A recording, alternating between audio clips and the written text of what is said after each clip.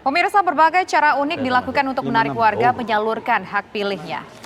Nah, salah satunya adalah TPS 03 Kelurahan Kertosari, Kecamatan Ponorogo, Jawa Timur, di mana petugas KPPS membuat TPS berkonsep tempo dulu. Di TPS yang berlokasi di Rumah Joglo ini, para petugasnya berpakaian ala warok. Nah, di TPS ini juga dilengkapi dengan dadak merak, salah satu ikon kesenian khas Ponorogo yang bisa digunakan untuk swafoto saat menunggu antrean mencoblos. Tujuan dari konsep unik ini adalah untuk menjaring sebanyak-banyaknya pemilih dan menekan angka golput.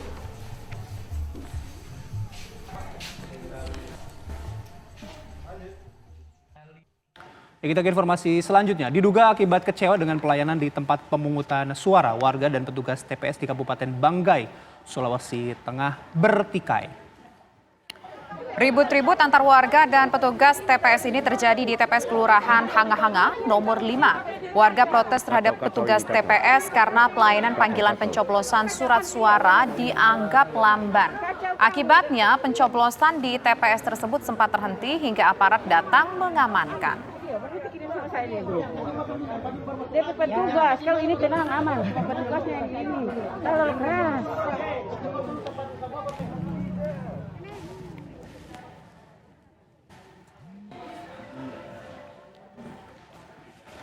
Pemirsa, calon wali kota Surakarta dari jalur independen Bagio Wahyono melakukan pencoblosan di TPS 8 Penumping Solo.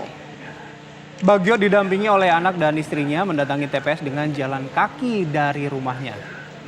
Dengan menggunakan batik truntum yang mempunyai arti memiliki gawe atau hajatan, calon wali kota Surakarta Bagio Wahyono ini mendatangi TPS 8 sekitar pukul 8 pagi waktu setempat. Sebelum memasuki TPS, Bagio menjalani aturan protokol kesehatan. Menunggu tidak terlalu lama, Bagio kemudian dipanggil oleh petugas untuk masuk ke bilik suara dan menggunakan hak pilihnya. Bagio mengatakan pemilihan wali kota Surakarta ini dilakukan untuk kepentingan seluruh warga Solo, apapun hasilnya nanti.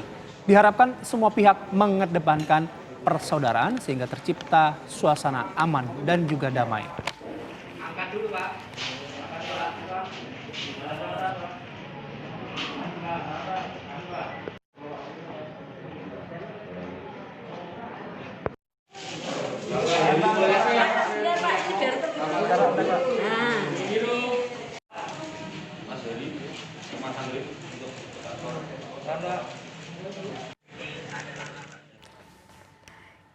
Ya, pemirsa, kalau tadi mungkin dari Mas Hanta Yuda, Poltreking sudah berani mengatakan Kalimantan Selatan tampaknya sudah punya nih kandidat pemenangnya meskipun harus menunggu hasil akhirnya seperti apa. Nah, kalau misalnya dari LSI sendiri bagaimana? Apakah juga sudah mulai terlihat angka-angka yang bisa bikin firm nih kayaknya pasangan nomor sekian dari daerah ini bisa dikatakan sudah bisa menang atau unggul? Ya, kita mulai dari Sulawesi Utara ya. Karena Sulawesi Utara tadi mulai data masuk 10%, sebetulnya bisa kita prediksi siapa pemenangnya. Sekarang data masuk Sulawesi Utara itu di angka 51% dan pasangan ODSK atau paslon petahana di angka 58%.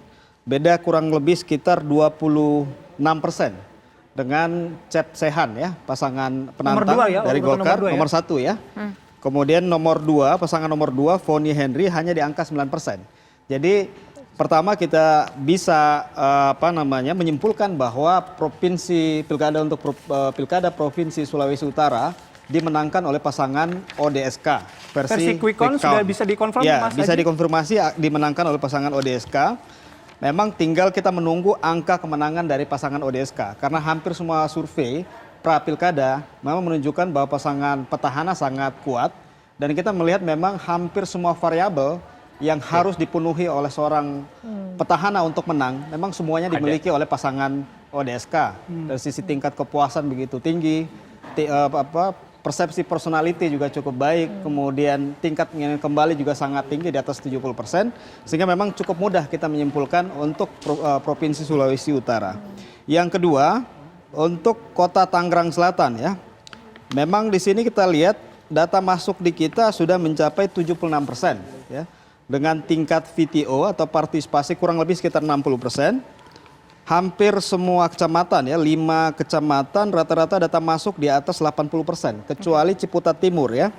Dan kalau kita lihat proporsi suara, Ciputat Timur pun suaranya terbagi ke 3 pasangan calon. Walaupun data masuk hanya baru 40%. Sedangkan kecamatan yang lain kita lihat data masuk sudah di atas 70%. Sehingga memang untuk Tangsel dengan selisih kurang lebih sekitar 7%, ya.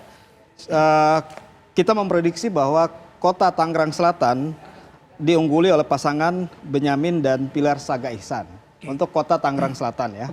Itu apakah treatmentnya sama dengan Sulawesi Utara tadi? Ya. Artinya kalau Sulawesi Utara tadi Mas Aji kan sudah firm kan, versi quick count Ya. akan dimenangkan oleh pasangan petahana. Untuk Kalau Tangsel Tangsel gimana? saya cukup yakin bahwa perubahan di sisa suara karena hanya sekitar kurang lebih 23% data yang belum masuk, dengan stabilitas suara yang ada, kemudian proporsi sampling yang masuk, memang cukup sulit berubah angka ini, ya, dengan selisih kurang lebih 7%. Sehingga Tangsel kemungkinan besar akan dimenangkan oleh pasangan nomor 3, ya.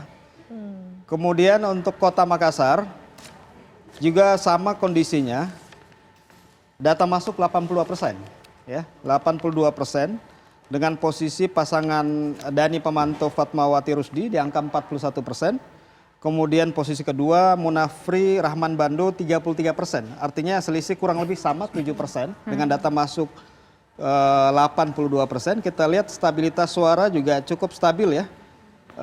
Data masuk walaupun ada pergerakan data masuk tapi jarak elektabilitasnya tidak berubah, ya. Oke. Kemudian proporsi samplingnya juga seimbang sehingga Kota Makassar pun bisa kita simpulkan bahwa Kota Makassar diungguli oleh pasangan nomor 1, ya, Oke, Dani Pamanto dan Fatmawati Rusdi. LSI sudah mengumpulkan informasi nih, berarti dari Tangsel, kemudian Makassar, Sulawesi Utara, ya. dan Sulawesi Utara, ya. Itu sudah bisa dipastikan versi quick count, Mas Aji sekali lagi? Ya, saya cukup yakin bahwa tiga data tadi dengan data masuk, dengan analisa stabilitas suara, proporsi data masuk, kemudian jumlah data yang masuk, kami cukup yakin bahwa 3 daerah itu tidak akan berubah, ya. Oke, baik.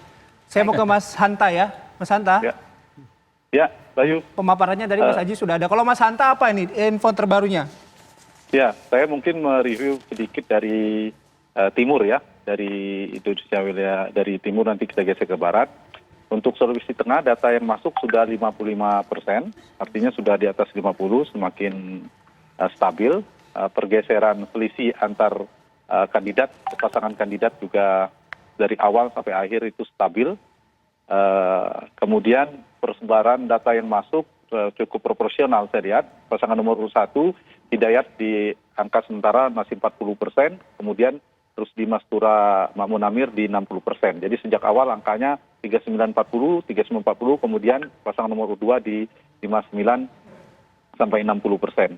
Nah, ini juga kita dari survei-survei juga sejalan dengan ini, sama dengan exit poll. Kita tahu Pak Hidayat ini adalah mantan Sekda Sulawesi Tengah dan juga didukung oleh, kalau kita masukkan data analisis kualitatifnya, didukung oleh gubernur incumbent yang sedang bertarung. Sementara Pak Rusdi Mastura adalah penantang, bisa dikatakan penantang. Kemudian banyak partai yang juga tergabung di sana, terutama Partai Nasdem. Kemudian ada Golkar dan sebagainya, banyak sekali koalisi partai di sana termasuk Demokrat. Pak Rusdi ini 5 tahun yang lalu pernah bertarung di Pilkada Sulawesi Tengah, kemudian kalah, dan sekarang beliau bertarung kembali dan sepertinya akan unggul dengan selisih yang cukup tinggi. Dan memang mantan wali kota Palu, ya, ibu kota provinsi Sulawesi Tengah, ini memang dari data-data yang kita punya memang dikenal sosok yang selain sudah cukup populer karena pernah maju 5 tahun yang lalu, juga dikenal sosok yang merakyat, ya, dekat dengan rakyat dan seterusnya. Memang secara usia cukup terpaut jauh. Pak Hidayat itu masih sangat muda, kemudian Pak Rusdi sudah cukup senior. Nah, jadi dari data ini memang dari awal kami melakukan tracking survei berulang-ulang, memang tidak ada perubahan signifikan. Rusdi Mastura selalu unggul dalam elektabilitas dua pasangan ini.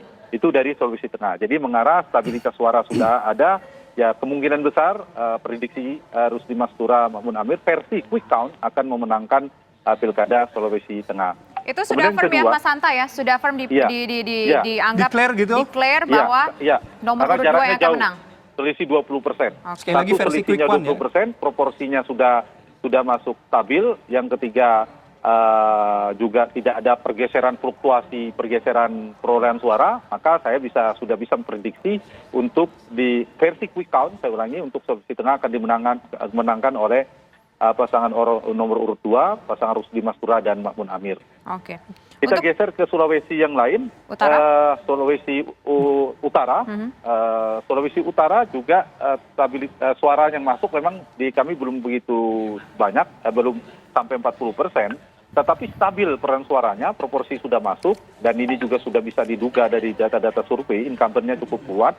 Pak Oli Dondo Kambe itu di angka 57%, kemudian di nomor selanjutnya perolehannya ada di Teti Paruntu yang didukung oleh Golkar, Pak Oli PDIP tentunya, Teti Paruntu Golkar dan PAN itu di angka 34% sementara, kemudian Koni di 8,3%. Tentu meskipun ada stabilitas suara, kemudian proporsi data yang masuk, tetapi angka yang masuk, data yang masuk baru 35%, tentu kita tetap harus bersabar, terlalu terburu-buru untuk menyimpulkan meskipun sudah dapat prediksi ya arahnya kemungkinan incumbent akan kembali unggul kalau dilihat dari data ini. Iya, untuk stabilitas datanya tapi gimana Mas kalau yang Sulawesi Utara? Stabilitas datanya dua ya, stabilitas perolehan selisihnya itu tidak fluktuatif, jadi sudah makin stabil. Kemudian proporsi data yang masuk juga tidak begitu jomplang yang masuk, cuma data yang masuk baru 30%. Jadi kalau saya menggunakan 3 variabel itu, jadi tidak bisa terburu-buru. Tapi ya kira-kira hilal udah kelihatan lah. Hilalnya sudah terlihat. Ya, udah. Mas, ini juga cukup menarik. Kita ingin tahu daerah lainnya juga yang juga dihandle poll tracking, yaitu daerah Sumatera Barat. Ini kan jumlah calonnya juga cukup banyak, di sana ada 4 calon. Bagaimana? Apakah data yang masuk juga sudah cukup banyak dan sudah mulai terlihatnya berdasarkan quick count? Iya. Quick count Sumatera Barat sebenarnya Mas Burhan, indikator juga melakukan. Memang kita sedang ada kendala teknis, nanti segera kita akan bagikan data ini. Memang empat kandidat ini, di antara 4 itu awalnya yang sangat tinggi adalah pasangan nomor urut 1 yang didukung oleh Demokrat, Pak Mulyadi. Kemudian incumbent Pak Nasrul Abid, ketiga Pak Mayeldi yang dari PKS, baru Pak Rizal. Cuma dinamika politik sebulan terakhir itu amat kencang, serangan-serangan politik ke Pak Mulyadi, nomor urut 1 itu kan sangat kencang sekali, baik isu-isu negatif yang beredar, lebaran, sebagai sampai terakhir ada isu TSK yang sebenarnya itu bukan kasus hukum, tapi diindikasikan berdugaan. Jadi banyak variabel-variabel yang kita mungkin bisa membuat hasil survei bergeser. Survei-survei terakhir itu kemungkinan ada pergeseran-pergeseran. Meskipun sebulan sebelumnya angkanya sangat meyakinkan, sangat tinggi, punya jarak yang cukup jauh. Mungkin bisa dibandingkan nanti data indikator, mungkin Mas Burhan punya data juga kalau tidak salah di Sumbar. Kemudian di incumbent, Pak Nasrul juga punya basis massa, sama dengan Mayeldi. Jadi 3 kandidat ini saya kira sangat fluktuatif ya, karena tadi faktor turunnya tren penurunan elektabilitas Pak Mulyadi cukup signifikan. Yang kedua, Pak Nasrul Abid itu incumbent, tentu punya infrastruktur yang cukup. Ditambah Mayeldi ini bisa membaca fenomena Jawa Barat. Nah, sama dengan fenomena Jawa Barat, kita ingat pada saat itu Ridwan Kamil sangat tinggi sekali. Sudrajat dan Saiku yang dari PKS, katakanlah mesin PKS dianggap itu nomor 3. Saya kira bisa dibandingkan survei-survei lembaga lain. Itu tiba-tiba mobilisasi kelebihan di PKS itu mobilisasi basis masanya, basis pemilihnya itu sangat kuat. Jadi Sudrajat yang tadinya 10% tiba-tiba bisa dalam hitungan kurang dari 1 bulan menjadi 28%. Nah, di sini juga bisa terjadi di Sumatera Barat, karena ini mirip dengan Jawa Barat menjadi basis PKS. Karena mesin PKS cukup jalan, apalagi gubernur sekarang berasal dari PKS, mesin politiknya relatif kuat. Jadi 3 kandidat ini kemungkinan kompetitif ya, antara Pak Mulyadi yang surveinya awalnya unggul, kemudian Nasrul dan Mayeldi. Kemudian yang menarik juga di Sumatera yang lain adalah Bengkulu. Bengkulu ini ada pertarungan 3 pasangan. Pak Helmi Hasan, adiknya Pak Zulkifli Hasan, Ketua Umum PAN. Ini data terakhir masuk ke kami, data baru 25%, tapi sangat kompetitif. Sementara yang masuk Pak Helmi itu di 35%, Pak Rohidin di incumbent 36%. Kemudian mantan gubernur Agus Rin 28%. Kalau quick count kurang dari 1%, itu kan tidak bisa memprediksi, menyimpulkan secara konklusif siapa akan memenangkan. Tapi ini baru 25%, sepertinya cukup kencang antara Helmi dan Rohidin sementara datanya. Kalau kompetitif tadi Mas Hanta bilang berarti perbedaannya berapa Mas? Sementara hanya 1%. Tapi data masuk baru 25%. Jadi ini masih agak jauh ya Mas ya? ya sangat jauh. Hilalnya belum kelihatan sama sekali ini, belum bisa diprediksi sama sekali. Saya kira itu. Kemudian di Kalimantan Tengah kami juga datanya sudah sangat banyak sekali, sudah 70%. Sementara memang unggul incumbent Sugianto Sabran di angka 52 sekian persen. Kemudian penantangnya karena ini head to head di angka 47 sekian persen. Ada selisih sekitar 5%. Kita tunggu apakah ada pergeseran, tetapi angkanya memang sempat 20%, selisihnya sekarang bergeser menjadi 5%. Oke, nah kalau di Medan gimana nih Mas? Oh ya, Medan data sudah sangat banyak. Nah ini juga mirip dengan Sulteng. Kalau saya menggunakan variabel 3 tadi, dari awal perolehan suara masuk, data masuk 10 sampai 70% itu tidak ada pertukaran posisi ya. Ahyar lebih kurang di 44%, sekian persen, Bobi Nasution di 55,5%. Dan proporsi data masuk kita cek di TPS-TPS kecamatan juga sudah relatif proporsional. Kemudian data yang masuk juga sudah cukup banyak, 70%. Kalau ini sudah cukup jelas ya, kemungkinan pilkada Medan akan dimenangkan oleh ini data baru 60% ya yang ditampilkan oleh TV One. Di data di saya sudah lebih banyak, 70 lebih persen. Tapi memang agak geser selisihnya, tapi masih tetap jauh. Ahyar di 44,5%, Bobi 55,5%. Sebarannya bagaimana Mas? Sebaran dan juga fluktuasi angkanya bagaimana dari 70% data yang sudah masuk di Medan ini? Sebarannya meskipun belum proporsional sepenuhnya, tetapi tidak jomplang. Data sudah masuk. Jadi kemungkinan akan berubahnya agak kecil pertukaran posisi, tetapi saya belum bisa memprediksi ini soal hasilnya. Tetapi meskipun kita berharap ya namanya demokrasi ini kompetitif, tadi sudah dibahas juga oleh Mbak Wiwi dan semuanya, ya ini saya menghadirkan datanya. Kalau dilihat dari pilkada Medan itu memang sempat survei-surveinya beberapa data menunjukkan ada yang kompetitif dan selisih tipis, tapi dari data quick count ini nampaknya selisihnya cukup jauh ya. Data sementara 70% lebih itu ada selisih sekitar 10 sampai 11%. Mungkin sebentar lagi sampai 80% data masuk, sembari kita periksa persebaran data yang masuk semakin proporsional. Kemungkinan kita juga bisa menyimpulkan versi quick count pemenang Pilkada Medan. Oke, begitu. Mas Hanta juga melakukan survei sebelum Pilkada Medan nggak? Pernah melakukan survei Pilkada Medan, tapi bukan dalam waktu dekat ya, beberapa bulan sebelumnya. Di survei itu memang memenangkan Bobi Nasution, menangnya di angka itu Bobi Nasution. Tapi survei terakhir itu sebulan sebelum kami tidak melakukan. Nah, sama juga di satu lagi ya, ada data juga sudah masuk di Surabaya. Eri Cahyadi 57%. Cukup tinggi, MA di Mahfud Arifin di 43%. Jadi 56-97 juga terpaut, ada kemungkinan juga sudah bisa dibaca ini kemungkinannya. Tapi dinamika politik Surabaya amat sangat kencang sekali. Kita bisa lihat pemilihan wali kota Citaraya saat Pilpres istilahkan di Surabaya itu sangat kencang sekali. Ada dinamika politik yang cukup kencang. Memang cukup terjadi ketika viralnya serangan ke Ibu Risma, kemudian beredarnya banyak dinamika, surat tulis sebagainya, itu menjadi variabel yang sangat menentukan di hari-hari terakhir Pilkada Surabaya. Itu juga akan mempengaruhi perolehan data-data survei sebelumnya. Itu mungkin yang bisa saya bagikan update data terbaru. Kalau yang di data Mas Hanta pegang sekarang untuk Surabaya sudah berapa persen tadi Mas? 80 betul? 70%. 70%. Dan ya, unggul nomor 2. Unggul nomor 1, Nomor 1. Eri Cahyadi. Oke, nah itu pun Ya, kalau itu sudah bisa disebutkan datanya sudah stabil, terus kemudian proporsional dan sebaran datanya sudah stabil juga Mas? Sudah semakin stabil, tapi mungkin seperti halnya Medan, kita butuh beberapa data masuk semakin konklusif dan bisa semakin meyakinkan untuk menyampaikan kesimpulan versi quick count. Oke, jadi Medan harus nunggu dulu ya Mas ya? Iya, iya. Oke.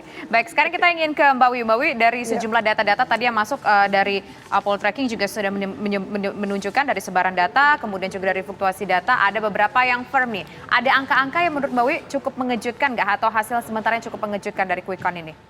Iya, sebetulnya ini kan pilkada 270 daerah. Kalau kita tracing gitu ya, berapa incumbent yang maju lagi kan gitu. lalu yang berbau kekerabatan berapa gitu kan. Itu menarik sebetulnya. Jadi apakah kalau incumbent itu sudah ada jaminan dia akan menang kan gitu. Tidak juga ternyata. Nah ini contohnya Ahyar tadi kan. Kalau survei Mas Hanta tadi itu betul adanya, menurut saya apa yang salah ini dengan incumbent kok jauh kan gitu ya.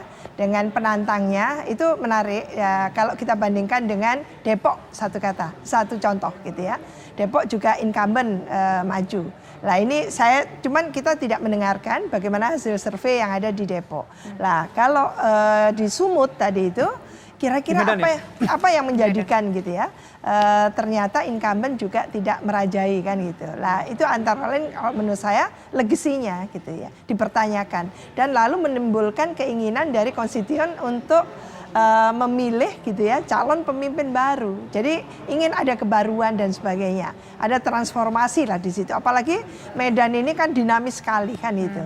Dalam satu sejarahnya menunjukkan bahwa ada keinginan yang kuat ya karena urban kan kota kan urban. Jadi keinginannya itu ada perubahan-perubahan. Lah itu yang mungkin tidak dijawab ketika incumbent. Sosok milenial tadi mungkin berpengaruh juga begitu untuk orang Medan begitu. Milenial. Oh iya. Jadi ya tentu Bobi tidak bisa dilihat sebagai Bobi saja gitu ya. Di belakang Bobi itu yang besar sekali kan gitu. Nah, ini yang juga ternyata menjadi satu faktor juga yang menentukan gitu ya. Jadi terkenal itu penting gitu ya. Apalagi ini kaitannya dengan RI1 kan gitu, mantunya RI1. Ya tentu akan dipertimbangkan banyak hal ya. Dan tim suksesnya luar biasa di situ dan kalau incumbent-nya kokoh sekali, menurut saya ya tidak mudah dirobohkan gitu kan. Tapi begitu seki, legasinya minim atau legasinya pas-pasan, itu biasanya menimbulkan satu antusiasme baru. Ya. Sebelum pilkada di Medan, ada banjir besar. Bahwa ada siklus 10 tahunan, tapi umumnya publik tidak mau tahu. Mereka menyalahkan incumbent umumnya ya. Iya. Sebenarnya tidak salah Pak Ahyar, tetapi karena Pak Ahyar sebagai incumbent itu dianggap yang paling in charge terkait dengan situasi di kota Medan, meskipun ada faktor alam, muncullah protes vote tadi. Nah itu dialamatkan ke ini. Jadi yang sebenarnya bukan karena faktor bobinya saja ya. Karena kalau seorang incumbent maju lagi, running for election, itu kita sebut sebagai istilah referendum buat petahana. Nah, referendumnya itu bukan semata-mata melihat lawannya, tetapi rekam jejaknya. Jadi petahana itu punya pisau bermata dua. Kalau rekam jejaknya baik kayak Pak Oli di Sulawesi Utara, ya itu mudah untuk menang. Tapi kalau rekam jejaknya buruk, itu seperti pisau yang menusuk dirinya sendiri. Nah, yang untung justru lawan. Lawan mungkin nggak perlu membuktikan apa yang akan dia lakukan, ya karena toh publik akan melihat. Kalau ini namanya teori retrospeksi ya. Kalau misalnya hasilnya bagus ya saya pilih lagi buat incumbent. Kalau buruk ya mohon maaf saya cari yang lain. Meskipun yang lain belum tentu memberikan bukti. Iya, di TV One ini juga waktu itu kita berargumentasi tentang Bu Risma dengan Pak Anas kan. Itu orang uncang-uncang kaki aja sudah. Jadi periode kedua itu tidak ada kesulitan sama sekali untuk meyakinkan voters gitu ya, pemilih untuk memilih dirinya. Malah begitu ketika Bu Risma ingin maju di tempat lain tidak boleh kan gitu. Nah itu yang tidak terjadi di Sumatera Utara. Saya hanya ingin menguatkan tadi yang disampaikan Mbak Wiwi sama Mas Burhan ya, karena kita punya data survei di Kota Medan ya, kurang lebih sekitar 3 minggu sebelum hari sebelum coblos ya. Memang hasilnya memang pasangan Bobi cukup tinggi ya, unggul kurang lebih selisih di atas 15%. Kemudian kedua yang menarik adalah tingkat kepuasan atau approval rating ya. Persepsi terhadap kinerja petahana memang di bawah 50%. Tingkat mengingat kembali juga di bawah 30%. Artinya mengamini apa yang disampaikan Mbak Wiwi tadi ya? Bahwa itu kinerjanya juga akhirnya dilihat kan? Tingkat kepuasan pemilih terhadap petahana ini sangat buruk ya. Sehingga memang memberikan peluang bagi siapapun penantang, apalagi head to head ya. Mungkin Mas Haji kalau maju di Medan juga. Iya bisa. Jadi karena head to head, ketika Mas pemilih nggak puas, maka kecenderungannya mereka lari ke penantang. Sehingga saya pikir selain faktor figur Bobi tadi yang katanya di belakangnya begitu kuat, saya pikir juga karena konteks kontestasinya ya, karena approval rating terhadap petahana cukup rendah. Yang kedua adalah yang menarik, saya pikir ada petahana juga yang kalah ya, Kabupaten Jember ya, Jawa Timur. Ini adalah petahana yang sempat ramai ya karena Betul, di-impeach betul. oleh Di-impeach. DPRD ya. DPRD. Dan MA menolak. Iya, dan menang, hasil dan menang yang quick count kita menunjukkan memang pasangan petahana kalah di Kabupaten Jember ya. Data masuk sudah 95% karena dan yang pasangan bersangkutan Hendy calon perseorangan ya, Mas harus disebutkan Hendy itu. Fir Barlaman ini angkanya 47%, Ya. sementara Faidia di angka 30%. Jadi selisih 17%, sehingga Kabupaten Jember bisa kita simpulkan pemenangnya adalah pasangan Hendy dan Barlaman. Ini salah satu kasus, contoh yang lain, petahana yang kalah gitu ya. Petahana ya. kalah. Iya. Oke. Karena itu tadi ya pisau bermata dua begitu ya. Nanti kita akan lanjutkan kembali kabar khusus Pilkada 2020 Quick Count akan kembali sesaat lagi.